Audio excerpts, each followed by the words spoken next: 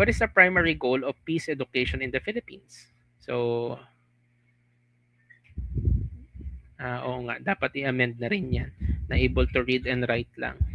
Diba? Dapat may limitation such as morally competent. Ibig sabihin, mapagkakatiwalaan. Okay? O, kala nyo sasabihin ko, dapat meron siyang degree. Hindi, yun ang okay lang.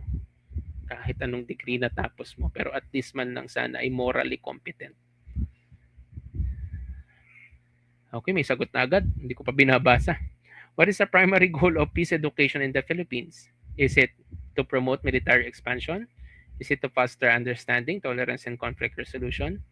Is it to support political partisanship? Or is it to control media narratives?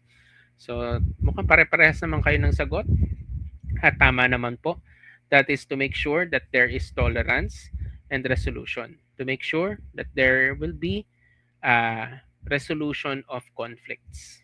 Okay? So, mapacify. Actually, yun nga ang kine-question doon sa isa sa mga nakaraan nating presidente. Ano po?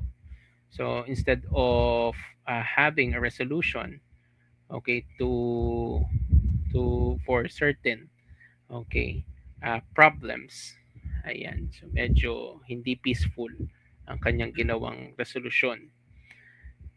Okay. They will be the judge of that. Ano po?